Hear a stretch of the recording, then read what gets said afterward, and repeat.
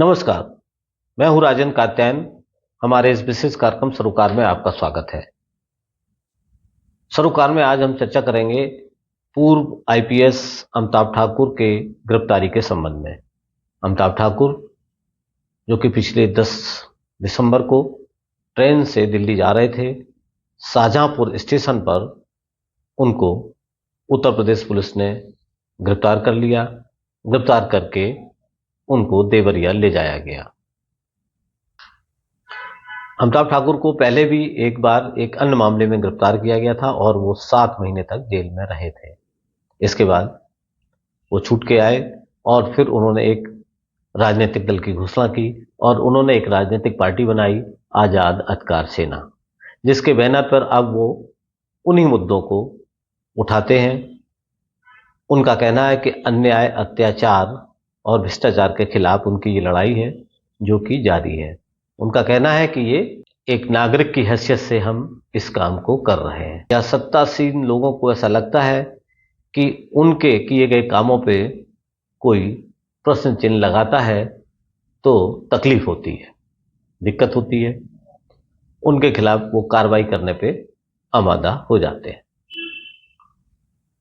इसी तरह से अमिताभ ठाकुर की इस गिरफ्तारी को देखा जा रहा है, जिसमें उनको देवरिया की कोर्ट में पेश किया गया, जहां एक वीडियो वायरल है जिसमें वह कह रहे हैं कि मेरे जीवन की सुरक्षा की जाए, मेरा जीवन सुरक्षित नहीं है, मेरी हत्या भी हो सकती है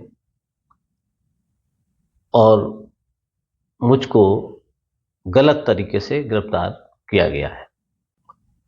अमिताभ ठाकुर की गिरफ्तारी को लेकर हमने एक विशेष पैनल को आमंत्रित किया है, जिसमें लखनऊ के वरिष्ठ अधिवक्ता, लखनऊ बार एसोसिएशन के महामंत्री रहे कुलदीप नारायण मिश्र को आमंत्रित किया है, जो हमें बताएंगे कि यह गिरफ्तारी कितनी उचित है और इसका क्या मतलब है।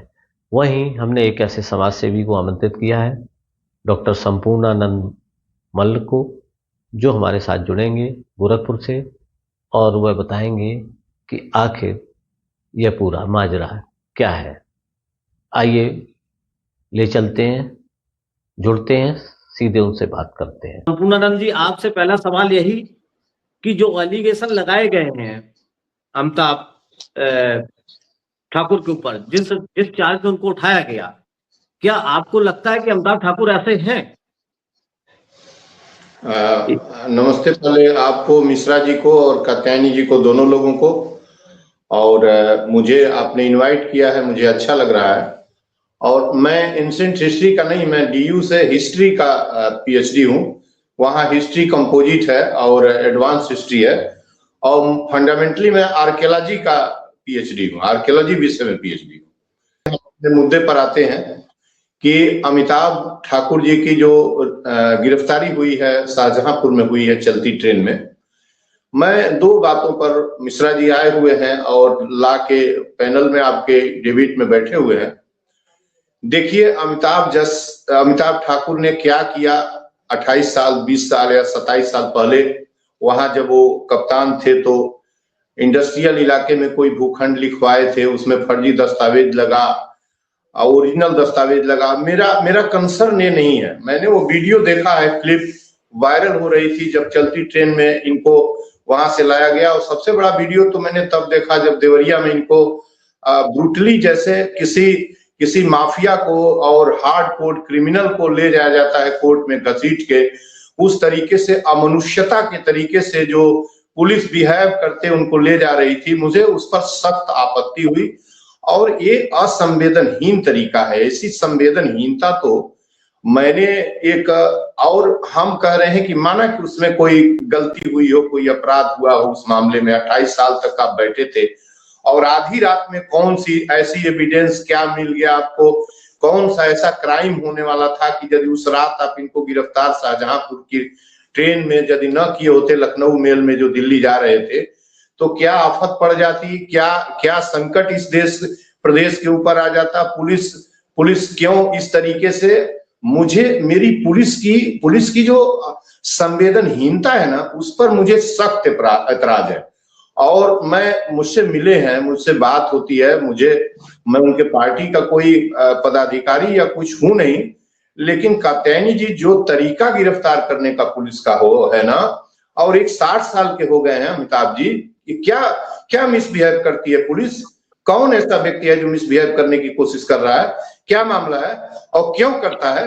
कल ना कात्यायनी जी सबसे प्रभावित होकर, मैंने परसों ही चिट्ठी लिखी थी, कल यहाँ चिट्ठी लिखी थी कि एडीजी को कल ज्ञापन कल मैं दूंगा, और आज मैं कलेक्टर साहब को अभी दोपहर में एक चिट्ठी लिखा हूं कि कल मैं 11 बजे एडीजी गोरखपुर के दफ्तर पर चलूंगा और ये ज्ञापन दूंगा। उस ज्ञापन में इनकी असंवेदनहीनता जो इनकी है, संवेदनहीनता है, उस पर इनको मैं आगाह कर रहा हूं कि फिर सोच लें और ये तय करें कि किस तरीके से 24 घंटे के अंदर बाइज्जत जेल से बाहर प्रोसीडिंग चलाएं, उसी से जीएम कोर्ट में ले जाए, देवरिया के कप्तान अपनी प्ली डालें कि बाइज्जत उनको जेल के बाहर करें। नहीं तो मैं डीजीपी कात्यायनी जी, डीजीपी दफ्तर तो आपके पास है ना, वहीं आके बैठूंगा, ये जान लीजिएगा, वहीं लखनऊ में आऊंगा और डीजीपी के दफ्तर के सामने बैठूंगा। इस तरह से कहीं कहीं पुलिस चलता है? 28 साल पहले की केस में कोई कुछ मिस्टेक भी हुआ है तो आप इस तरह घसीट के ले जाएंगे एक पुलिस अफसर को? ये क्या मतलब है? जी मल जी, आपकी एक समाज सेवी के प्रति संवेदना है, मैं समझ सकता हूं, क्योंकि आप खुद समाज सेवा के क्षेत्र में हैं, खुद समाज सेवी, आप आवाज उठाते रहते हैं और आप भी अकेले चल देते हैं, जैसे अमिताभ जी चलते हैं, आप भी चलते थे, मैं देखता रहता हूँ आपको। हमारे साथ जैसे कुलदीप जी हैं, मिश्रा जी हैं, वरिष्ठ अधिवक्ता हैं, आपसे मैं ये समझना चाहूंगा कुलदीप जी कि जो धाराएं इन पे लगाई गई, जो लखनऊ का मामला है और लखनऊ के थाने में जहाँ पे 183/25 जो धारा है, 419, 420, 417, 468 और इसमें 120 बी और जुड़ी हुई है।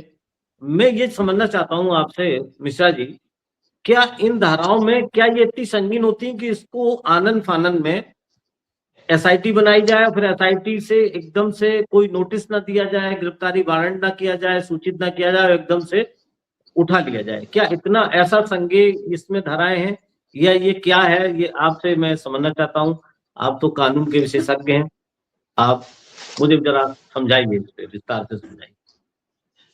हाँ, आपने मेरा सवाल सुना मिश्रा जी? आपका सवाल किया था। हाँ, मैंने आपका सवाल सुन लिया था, मैं उसका जवाब देना चाहता था। हाँ जी बताइए, आप सब बताइए, मैं समझना चाहता हूँ। वो पुलिस में मुकदमा लिखाने गया हो तो उसको इस तरीके का मुकदमा लिखाने में सालों ना हो पूरी तरीके से जी। और अमिताभ ठाकुर जी इतनी अवेलेबल पर्सन थे जो कि हर समय उपलब्ध थे, उनको इस तरीके से गिरफ्तार करने का कोई औचित्य नहीं था। इसकी जितनी निंदा की जाए उतनी कम है। सुप्रीम कोर्ट से लेकर के लोअर कोर्ट तक जितने भी डिसीजन दिए हुए हैं, गिरफ्तारी जो है वो जस्टिफिकेशन होना चाहिए गिरफ्तारी का। पावर ऑफ अरेस्ट जो है आपको है, वो बात अलग है, लेकिन हर मामले में आप गिरफ्तार नहीं करेंगे किसी को। और इस मामले में डॉक्यूमेंट्री एविडेंस थी, इन्होंने मर्डर नहीं किया था कि साक्ष्यों के साथ तोड़ मरोड़ करेंगे, कोई गवाही नहीं देने आएगा। इस टाइप के मुकदमे में जितनी थी सब दस्तावेजी साक्ष्य थे और दस्तावेजी साक्ष्यों में इतने समय के बाद में छेड़छाड़ किया जाना और इसमें इस तरह की गिरफ्तारी की कोई जरूरत नहीं थी, कहीं से भी कोई जरूरत नहीं थी। दूसरी बात, पुलिस की जो प्रेस नोट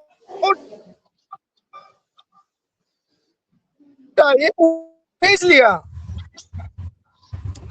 अब सही नाम से भेज लिया इन्होंने, तो सही नाम से अगर भेज लिया जा करके इन्होंने, मैं पुलिस के प्रेस नोट को सही मानता हूं, और सही नाम से भेजने के लिए इस अगर गलत तरीके से खरीदा गया जो प्रोसिक्यूशन स्टोरी है उसको सही करने में जो है बहुत से प्रोसेस होते हैं। अगर वो चीज गलत होती तो फिर सही नाम से भेज पाना इनके लिए संभव नहीं था।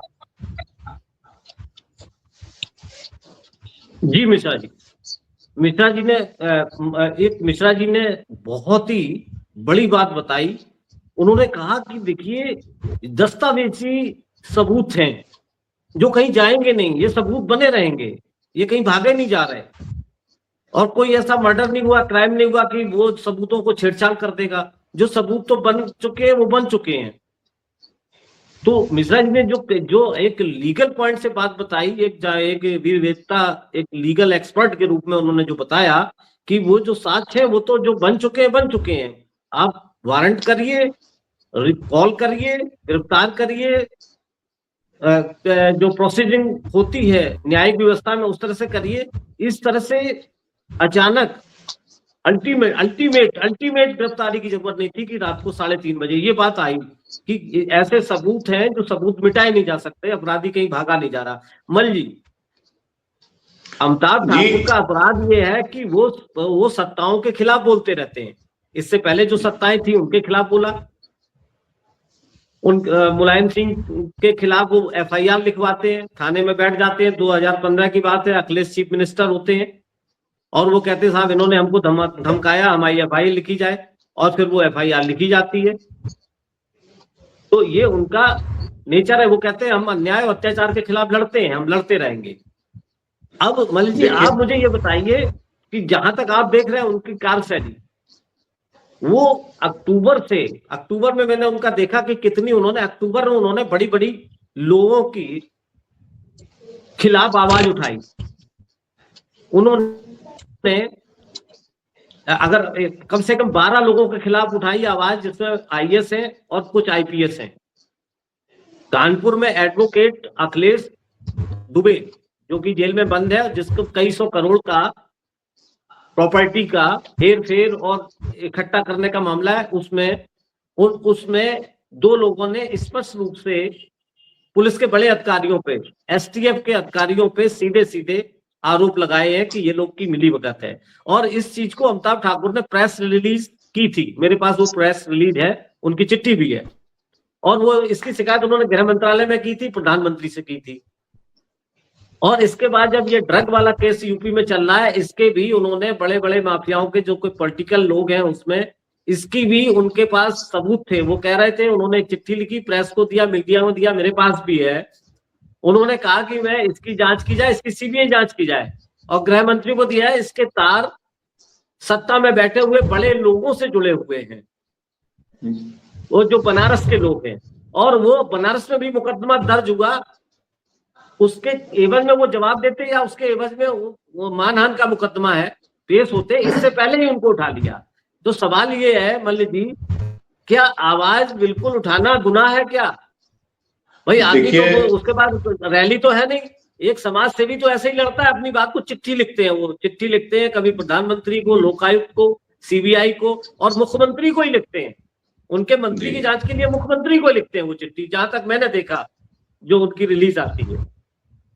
मल जी, देखिए मिश्रा जी, ऐसा है कि हम जब भी उनके ऊपर एक प्रकार का एक बड़ा जुर्म है, जब भी हम बात करेंगे तो हम ये बात नहीं करेंगे कि सरकार को विभिन्न मुद्दों पर घेर रहे हैं और जुर्म जो हो रही है उसके विरुद्ध आवाज उठा रहे हैं। हम उनके साथ जो एक्टिविटीज हुई हैं, जो घटनाएं घटित हुई हैं, जिस तरीके से, हमको वहीं उसी पर इस व्यवस्था को घेरना है। तो व्यवस्था को घेरना है। मामला फंडामेंटली जमीन के रजिस्ट्री का है, वो भी 28 साल पहले का है। तो यदि जमीन में किसी प्रकार के फर्जी डॉक्यूमेंट से और गलत तरीके से हुआ है, तो प्रथम दृष्टया रेवेन्यू के जितने भी टीम है, जो उसमें जो लेखपाल होता है, जो रजिस्ट्री के लोग होते हैं, जो तस्दीक करता है, सबको पहले कैच आउट करना है, उनको पहले अरेस्ट करना चाहिए था, उनको हिरासत में लाना चाहिए था। दूसरी बात कि बिना बताए जो आप 419, 420, जो भी धारा उनके ऊपर लगाया गया 420 का धोखाधड़ी का, आप इस धोखाधड़ी के मामले में जिस तरीके से स्पेशल टीम रातों रात गठित करते हैं, कहां का मामला, देवरिया 700 किलोमीटर दूर जाके आप शाहजहांपुर में चलती ट्रेन में, ये देखिए मामला देवरिया का, और ये मामला केवल इतने सादे तरीके से ये सीमित नहीं है। इस पूरे प्रकरण के पीछे निश्चित ही गलत तरीके से उनको नीयत खराब है इस सत्ता की और हुकूमत की।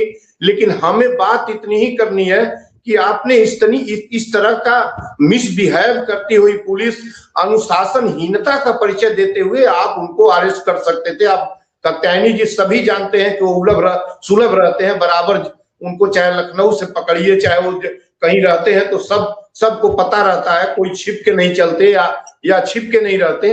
आपने इस तरीके का काम किया क्यों पुलिस वालों ने? सबसे बड़ी बात, मैं डीजीपी से कल पत्र में पूछूंगा, मेरा पत्र कल डीजीपी दफ्तर में जाएगा और डीजीपी को बताना पड़ेगा, नहीं तो अपनी बताएंगे कि हम इसी तरह से ये क्राइम है, ये तो पूरी तरह से क्राइम है। आप क्राइम बता भी नहीं रहे हैं और जिस क्राइम को बता रहे हैं उस क्राइम के आधार पर इस तरीके की गिरफ्तारी नहीं की जा सकती। आपने स्पेशल टीम बनाई, एसटीएफ बनाया, रातों रात चलती ट्रेन से उठाया जा रहा है जैसे कोई बड़ा अपराधी या गैंगस्टर जा रहा हो, भाग रहा हो, कहीं कोई घटना घटित होने वाली हो। जमीन के मामले में फर्जी दस्तावेज से रजिस्ट्री हो गई, सो व्हाट, क्या हुआ हो गई तो? आप कहाँ थे 28 साल तक? वो लेखपाल कहाँ है? वो रेवेन्यू के लोग कहाँ हैं जिन लोगों ने फर्जी दस्तावेज इशू करने में भूमिका अदा की है? क्यों नहीं उनको पकड़ा गया है? क्यों नहीं वो पूरी टीम पकड़ के आती है? ये क्या मजाक हो रहा है? ये मजाक नहीं है तो क्या है? ये पुलिस क्या कर रही है? मैं तो यही पूछ रहा हूँ, किससे पूछूं? इस डिबेट में आज आपसे संवाद कर रहा हूँ। ये लीगल के एक एक्सपर्ट मिश्रा जी बैठे हुए हैं और आप एक एडिटर बैठे हुए हैं। कल मेरा पत्र 11 बजे पत्र को मैं वायरल करूंगा, डीजीपी के चेंबर में जाएगा कल पत्र, और डीजीपी को बताना पड़ेगा कि क्या यही तरीका है पुलिस के काम करने का। मैं इतना ही पूछना चाहता हूँ।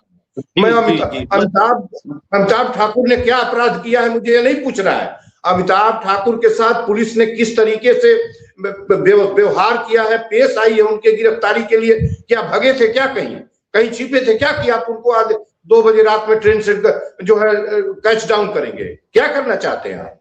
जी मल जी ने एक बात उठाई, मिश्रा जी, मल जी ने जो कहा कि क्या एक चीज सामने निकल आए कि ये क्या ऐसे अपराध थे कि इसकी एक एसआईटी बनाई जाए, और फिर क्या इसमें ऐसे सबूत भागे जा रहे थे कि बहुत सबूत, कई इसका इंटरनेशनल लिंक था, इंटरपोल की जरूरत थी, एसआईटी कई राज्यों में फैला था कि एसआईटी बना के, बड़ी बात मल जी ने बोली, क्या एसआईटी बना के जांच की जाए? मिश्रा जी, मैं आपसे ये जानना चाहूंगा, क्या बिना एसआईटी के सामान्य पुलिस इस जांच को नहीं कर सकती थी?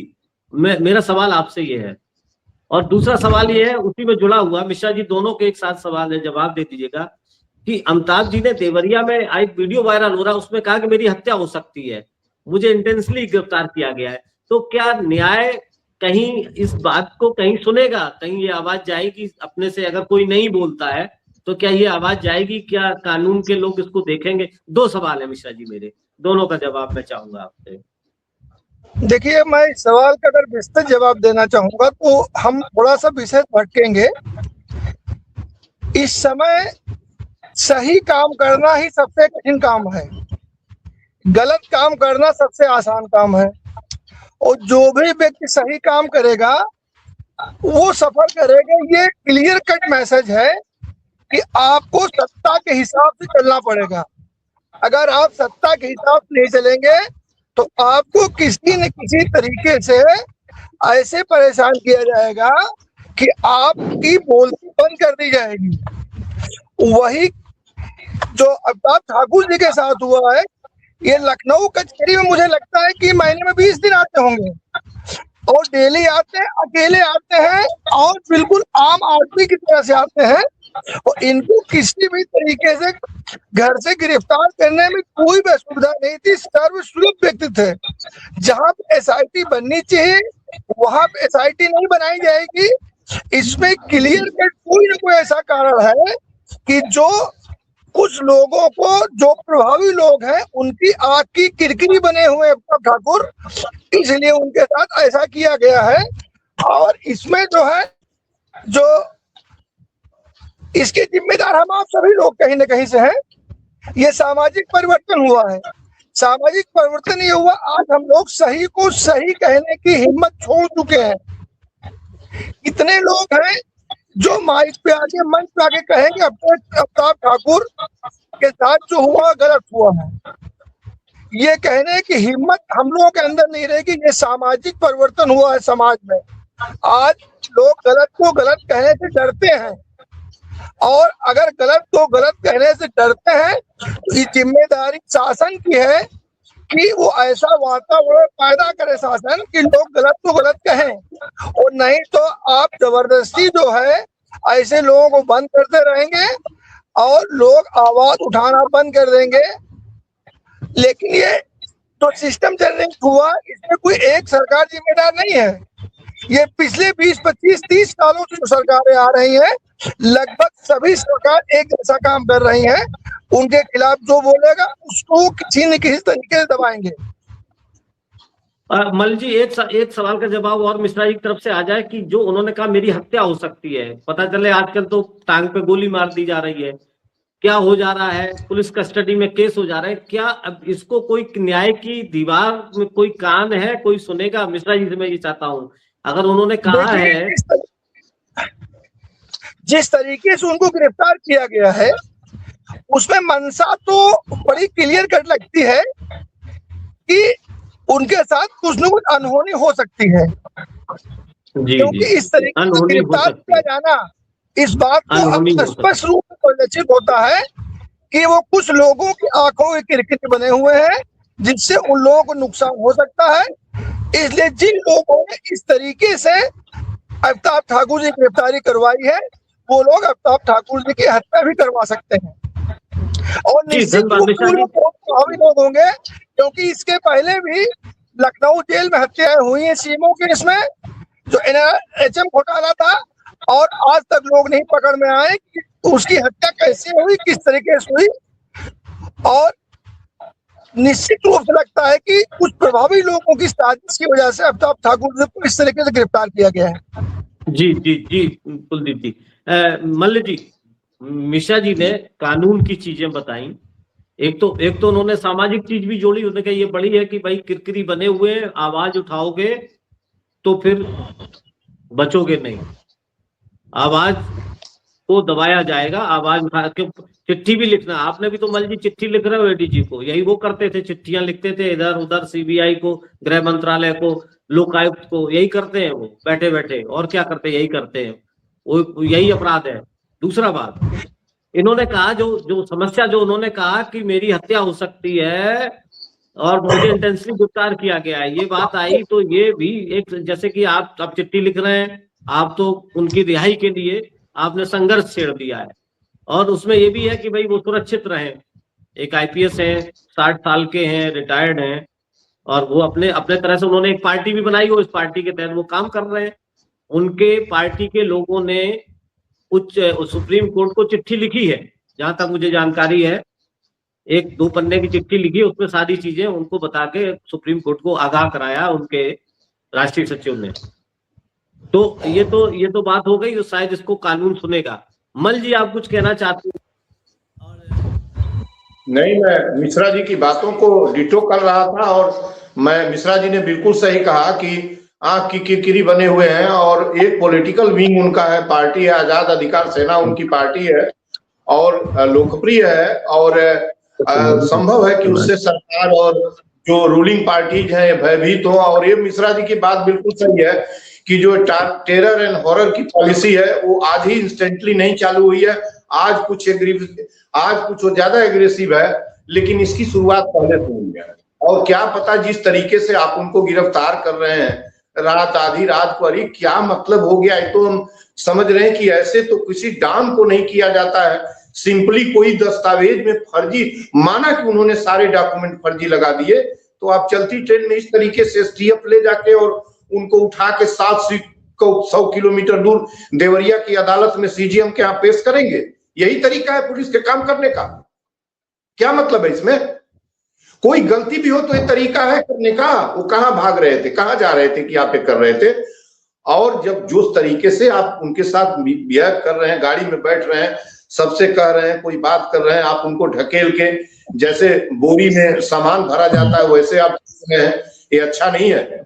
मैं इसका सख्त विरोध करता हूं, और कल DGP महोदय को चिट्ठी लिखूंगा, और चिट्ठी में यही रहेगा कि उनके साथ मुलायमियत का व्यवहार किया जाए, और उनको बाइज्जत जितना जल्दी से जल्दी हो सके, एक एक मिनट कैद खाने में रहना सवाल खड़ा करेगा पूरे लॉ एंड ऑर्डर के ऊपर। क्या बिगाड़ रहे थे आपका? कौन सा कानून तोड़ा है उन्होंने? क्या क्या अपराध कर दिया है? फर्जी, माना कि फर्जी डॉक्यूमेंट से कोई जमीन लिखवा ली है, जिसका लिखवा लिए है वो यदि आके वादी जो जो जो जो जो जिसका लिखवाए हैं वो यदि न्यायालय में खड़ा है और अदालत ने जारी किया हुआ आदेश कि हाँ इनको हिरासत में लो, गिरफ्तार करो, बात समझ में आती है। आप कौन होते हैं इस तरीके से गिरफ्तार करके उनको खींच के उनके साथ बदसलूकी करते हुए? कि क्या, कहां भाग रहे थे? किससे पूछूं कहां भाग रहे थे? कौन सा आदमी मेरा जवाब देगा? कोई देगा?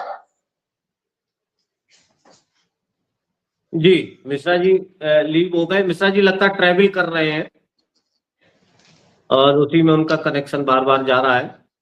तो यह थी आज की चर्चा, जिस पर एक बहुत ही प्रखर समाज सेवी डॉक्टर साहब हमसे जुड़े, हमको बताया कि ये कितना नाजायज है और इसकी लड़ाई लड़नी पड़ेगी, अपनी बात अलग अलग प्लेटफॉर्म पर उठानी पड़ेगी। हमारे साथ कुलदीप मिश्रा जी जुड़े, जिन्होंने बताया कि कानूनन गलत है, इतना बड़ा अपराध नहीं था जिस तरह से गिरफ्तारी अमिताभ ठाकुर की गई। उन्होंने बताया हमको कि वो सत्ता की आंख की किरकिरी बन जाते हैं और फिर उनकी गिरफ्तारी लाजमी हो जाती है। ये तो क्लियर है। तो यह थी हमारे आज के सरोकार की चर्चा। हम किसी विभिन्न मुद्दे पर फिर मिलेंगे हमारे एक्सपर्ट पैनल के साथ। तब तक के लिए नमस्कार।